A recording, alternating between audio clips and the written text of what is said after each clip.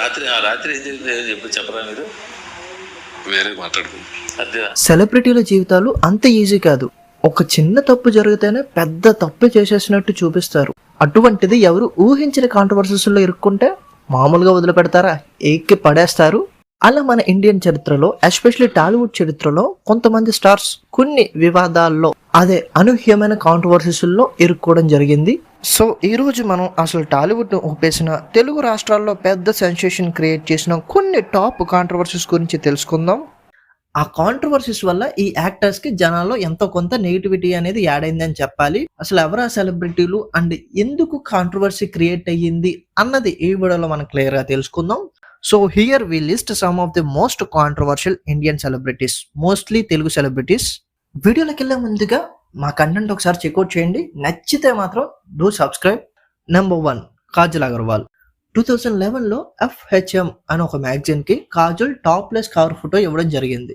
అంతే, ఆ topless cover photo జనాల్లోకి ఎంత విపరీతంగా స్ప్రెడ్ అయిందంటే ఎవరిని కదిపినా కూడా ఇదే మాట్లాడుకునే అంత.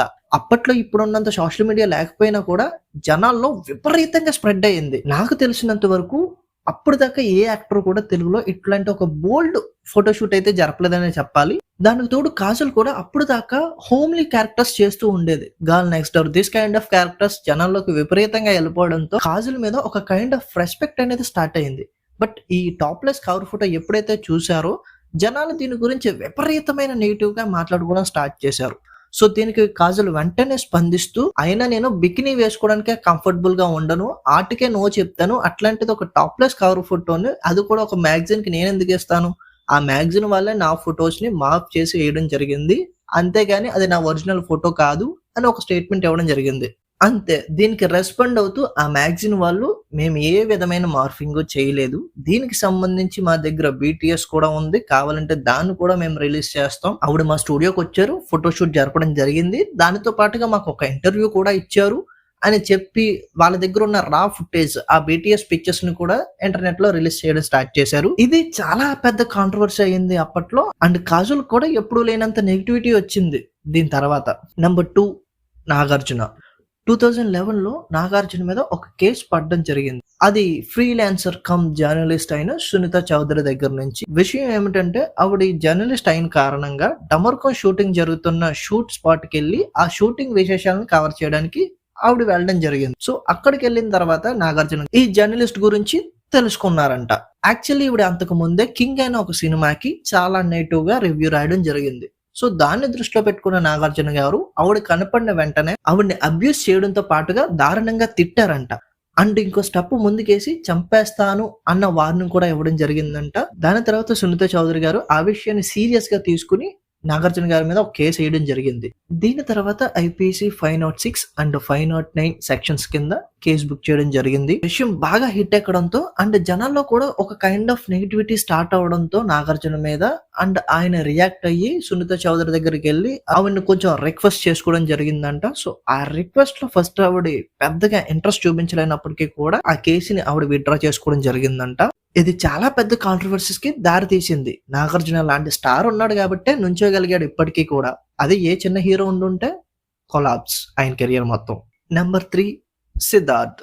2013లో సిద్ధార్థ హీరోగా నటించిన సంథింగ్ అనే సినిమా తెలుగులో రిలీజ్ అవ్వడం జరిగింది. పోతే తెలుగులో ఆ సినిమా పెద్దగా ఆడలేదు. సో ఇదే సేమ్ సినిమాని తమిళ్లో సిద్ధార్థ హీరోగా దియువలై సైనం కుమారు అన్న పేరుతో తమిళ్లో రీమేక్ చేసిన ఈ సినిమా అక్కడ చాలా పెద్ద హిట్ అయింది. సో దీన్ని దృష్టిలో పెట్టుకుని సిద్ధార్థ కొన్ని కాంట్రవర్షియల్ కామెంట్స్ చేయడం జరిగింది తెలుగు ఆడియన్స్ మీద. ఆ కాంట్రవర్సీస్ విన్న తెలుగు ఆడియన్స్ సిద్ధార్థ మీద హోప్స్ వదిలేసుకున్నారు. అంత దిక్కుమాలిన కామెంట్స్ చేయడం జరిగింది.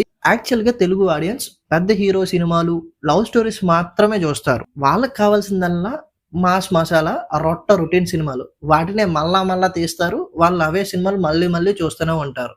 అంతేకాని ఒక మంచి కథ వాళ్ళని ఎక్సైట్ చేసే కథతో తీసుకెళ్ళినా వాళ్ళు అసలు దేకరు. అండ్ హిందీ, సౌత్ స్టార్స్ అసలు రెస్పెక్టే ఇవ్వరు. మన కోలీవుడ్, బాలీవుడ్, టాలీవుడ్లతో పోల్చితే చాలా బెటర్ ఇండస్ట్రీ కంటెంట్ ప్రొడ్యూస్ చేసే విధానంలో అని ఒక దిక్కుమాలిన స్టేట్మెంట్స్ ఇవ్వడం జరిగింది. అప్పుడు దాకా జనాల్లో సిద్ధార్థ్ సినిమాలు ఆడకపోయినప్పటికీ కూడా ఆయన మీద ఒక రెస్పెక్ట్ అనేది ఉండేది. ఎందుకంటే ఆయన ప్రీవియస్ చేసిన సినిమాలు జనాలకి ఇప్పటికీ ఇష్టం. బట్ ఎప్పుడైతే ఈ కామెంట్స్ చేశాడో అప్పటి నుంచి సిద్ధార్థ సినిమాలు జనాలు చూడడం చాలా తగ్గించారని చెప్పాలి. నాకు తెలిసిన వాళ్ళలో కూడా కొంతమంది ఈ కామెంట్స్ చేసిన తర్వాత సిద్ధార్థ సినిమాల్ని ఆల్మోస్ట్ చూడడం మానేశారు. సో అటువంటి కామెంట్స్ చేసిన ఒక వ్యక్తి ఇప్పుడు వచ్చి నేను మీ తెలుగు వాడిని, మీ సినిమాలే చేస్తాను, నేను ఇక్కడే పెద్ద స్టార్ అయ్యాను, అసలు తెలుగు లేకపోతే నేను అసలు యాక్టర్ గానే ఉండేటోడిని కాదు, ఇలాంటి డైలాగులన్నీ ఇప్పుడు ఫామ్ కోల్పోయిన తర్వాత తెలుగు ఆడియన్స్ లో ఒక ఇంపాక్ట్ క్రియేట్ చేయడానికి వాడుతున్నారు ఆయన. సిద్ధార్థ్ సినిమా ఎవరు చూస్తారని అడిగారు. సో ఈ కాంట్రవర్షియల్ కామెంట్స్ ఏ రేంజ్ లో ఆయన కెరియర్ ని నిప్పంటించేసాయి అంటే ఆయన ఒక మంచి సినిమా చేసినా కూడా జనాలు ఇంట్రెస్ట్ చూపించలేనంత. నెంబర్ 4 బాలకృష్ణ. లక్ష్మీ నరసింహ టైంలో బాలకృష్ణ నిర్మాత అయిన బెల్లంకొండ సురేష్, అదే మన కాస్ట్లీ స్టార్ ఫాదర్, ఆయన మీద కొన్ని కాల్పులు అయితే జరపడం జరిగింది. అసలు ఏ విషయంలో బాలకృష్ణ ఫైట్ జరపాల్సి వచ్చింది అన్న విషయం పక్కన పెడితే మీడియాలో కానీ జనాల్లో కానీ విపరీతమైన హాట్ టాపిక్ గా మారిపోయింది. అసలు విషయం ఏమిటంటే లక్ష్మీ నరసింహ సినిమా టైంలో బెల్లంకొండ సురేష్ అండ్ తన ఫ్రెండ్ మన బాలయ్య ముగ్గురు కలిపి ఆర్థిక లావాదేవీలు జరుపుతుండగా బాలకృష్ణని మభ్యపెట్టి దొంగ లెక్కలు చూపించే ప్రయత్నం చేయడం జరిగిందంట. సో దీనికి రియాక్ట్ అయిన బాలకృష్ణ గారు తన దగ్గర ఉన్న లైసెన్స్డ్ గన్ని సురేష్ మీద కాల్పులు జరపడానికి యూజ్ చేశారు. దాని తర్వాత పోలీసులు స్టేట్మెంట్ తీసుకోవడానికి వెళ్ళినప్పుడు Bellamkonda Suresh first of all తనని బాలకృష్ణ కాల్పులు జరపడం జరిగిందని చెప్పారు. పోతే ఫైనల్ గా మాత్రం అసలు మేము ముగ్గురు ఒక కాన్ఫిడెన్షియల్ మీటింగ్ లో ఉండగా ఎవరు గుర్తు తెలియని వ్యక్తి వచ్చి మా మీద కాల్పులు జరపడం జరిగింది అని ఒక స్టేట్మెంట్ ఇవ్వడంతో ఆ కేసు అలా క్లోజ్ అయ్యింది. సో ఈ విషయంలోనే mental medical certificate Balayya Babu submit చేయడం జరిగింది అని చెప్తూ ఉంటారు.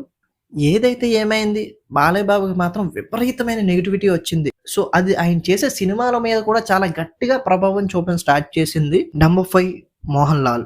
2011లో ఇన్కమ్ ట్యాక్స్ అధికారులు కొచ్చిలో ఉన్న మోహన్ లాల్ ఇంట్లో సోదాలు జరపడం స్టార్ట్ చేశారు. దానిలో భాగంగా వాళ్ళ ఇంట్లో 4 ఏనుగు దంతాలు బయటపడ్డాయి. సో ఈ ఇన్ఫర్మేషన్ ని అటవీ శాఖ అధికారులకి అందించడం జరిగింది. వాళ్ళు వచ్చి కన్ఫర్మ్ చేసుకున్న తర్వాత మోహన్ లాల్ మీద కేసు వేయడం జరిగింది. సో ఆ కేసులో భాగంగా 2016లో అక్కడ ఉన్న కేరళ గవర్నమెంట్ ఈ దంతాలని చట్టబద్ధం చేస్తూ మోహన్ లాల్ కు ఓనర్షిప్ సర్టిఫికేట్ ఇవ్వడం జరిగింది. పోతే ఈ డిసిషన్ ఈ అటవీ శాఖ అధికారులకి నచ్చకపోవడంతో హైకోర్టుకి వెళ్ళడం జరిగింది. హైకోర్టులో 2025 లేటెస్ట్ అక్టోబర్ లో చెప్పింది ఏంటంటే మోహన్ లాల్ దగ్గర ఉన్న ఓనర్షిప్ సర్టిఫికేట్ మంచిది కాదు, అంటే ఇల్లీగల్ అని దాన్ని కొట్టేస్తూ అసలు ఈ సర్టిఫికెట్ ఎలా ఇష్యూ చేసింది గవర్నమెంట్ అని ఆ గవర్నమెంట్ నే రివర్స్ లో క్వశ్చన్ వేయడం స్టార్ట్ చేసింది. పాతగా ఇచ్చిన ఓనర్షిప్ సర్టిఫికేట్ అక్రమాన్ని కొట్టేస్తూ కొత్తగా ఇంకో సర్టిఫికేట్ జారీ చేయాలని హైకోర్టు కేరళ గవర్నమెంట్ ని ఆదేశించడం జరిగింది. అయిపోయింద్రా బాబు అనుకున్న టైంలో మోహన్ లాల్ కి హైకోర్టు ఇచ్చిన షాక్ నుంచి తేరుకోవడానికి కొన్ని రోజులు పడుతుందేమో. అది పక్కన పెడితే నువ్వు ఏం చేసినా చేయకపోయినా రూల్స్ అనేవి ఫాలో అవ్వాలి. నీ ఇంట్లో ఏనుగు దంతాలు ఉన్నాయంటే నువ్వు ఏం చేసావన్నది అనవసరం. బట్ నీ దగ్గర ఓనర్షిప్ సర్టిఫికేట్ లేకపోవడం అనేది మాత్రం తప్పే కదా. సో నీ దగ్గర డబ్బులు ఉన్నాయి కాబట్టి గవర్నమెంట్ కూడా ఏం మాట్లాడకుండా ఓనర్షిప్ సర్టిఫికేట్ ఇవ్వడం అనేది తప్పు కదా అని చాలా గట్టిగా నెగిటివిటీ అనేది ఎదుర్కోవాల్సి వచ్చింది మోహన్ లాల్. అండ్ ఈ కేసులో అది స్టిల్ కంటిన్యూ అవుతుంది. So that's it guys. ఈ వీడియో మీద మీ అభిప్రాయం ఏంటో కింద కామెంట్ చేయండి. అలాగే వీడియో నచ్చితే లైక్ వేసుకోవడంతో పాటుగా పక్కనే హైప్ అనే ఏంటర్ ఉంటుంది, దాన్ని ఎక్కించేసి నాకు సపోర్ట్ చేస్తానని ఆశిస్తున్నాను. అండ్ వెళ్ళే ముందుగా మీరు ఇంకా మా ఛానల్ సబ్స్క్రైబ్ చేయకపోతే ప్లీజ్ టు సబ్స్క్రైబ్. ఒకసారి ఛానల్ చెక్అవుట్ చేయండి. కంటెంట్ ఇంట్రెస్టింగ్ ఉంటుందని సబ్స్క్రైబ్ చేసుకోండి. Thank you so much.